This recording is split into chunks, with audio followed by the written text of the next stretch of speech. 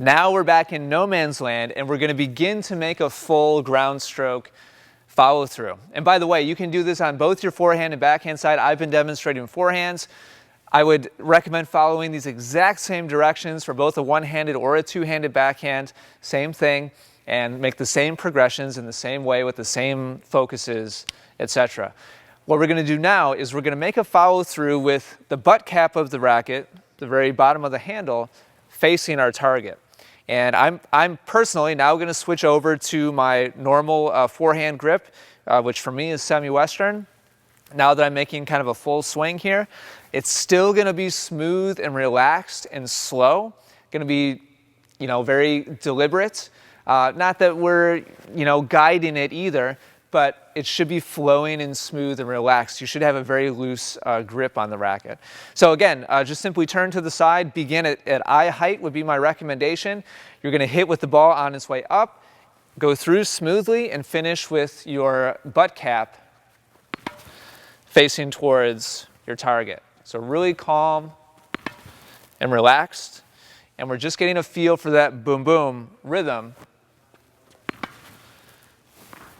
as you make contact with the ball actively rising up off the court. And as you get comfortable, just like in the previous steps, I want you to raise the height of your toss a little bit, maybe about a foot at a time.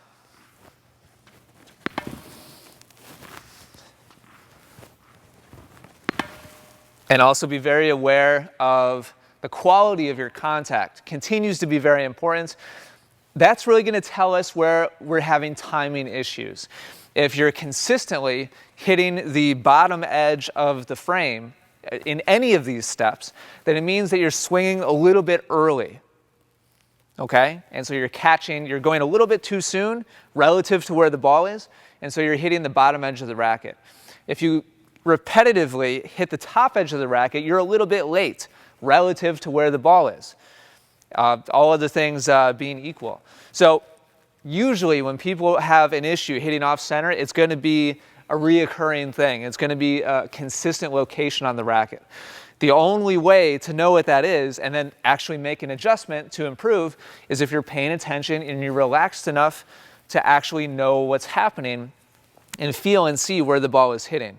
And since we're just tossing, we're relaxed here, we're not rushing, it's definitely very doable for you to actually notice how clean your contact is. So we've made our way from the middle of the service box to the service line to no man's land.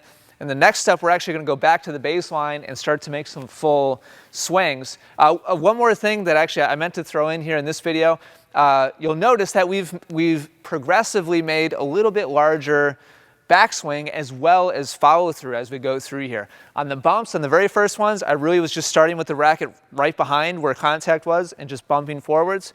And now in this step, I've started with the racket head up and then I've dropped and followed through just like I would from the baseline, preparing with my racket up, bringing the racket down below contact and then coming up again to make a topspin swing. Same thing, I've just progressively added a little bit more to the backswing. We'll talk more about that in the next video. We're all the way